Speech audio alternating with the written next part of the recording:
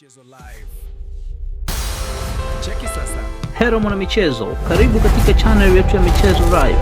Usisahau kusubscribe, kulike, kucomment na kushare na marafiki ili waweze kupata habari zinazohusu michezo. Kikosi cha Yanga SC kesho kinashuka dimbani kikitupa karata yake muhimu katika harakati za kusaka alama tatu wakati kitakapowaalika Al Ahly ya Misri kwenye mchezo wa marudiano wa Ligi ya Mabingwa Afrika.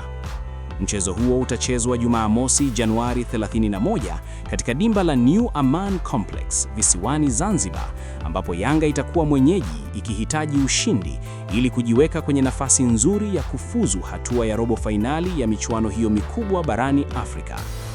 Yanga inaingia katika mchezo huo ikiwa na dhamira ya kufuta kumbukumbu mbaya ya kipigo cha mabao 2-0 ilichokipata ugenini dhidi ya Al Ahly kwenye uwanja wa Borg El Arab jijini Alexandria nchini Misri, matokeo ambayo yaliifanya kazi yao katika kundi kuwa ngumu zaidi.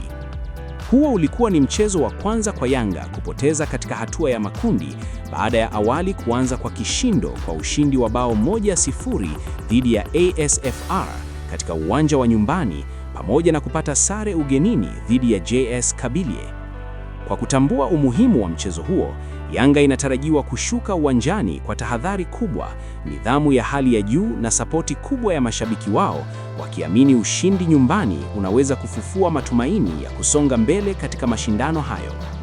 Macho yote sasa yanaelekezwa Zanzibar, ambapo Yanga itahitaji kutumia vyema faida ya uwanja wa nyumbani ili kuandika historia mpya dhidi ya wababe hao wa soka barani Afrika. Asante kwa kutufuatilia mpaka mwisho.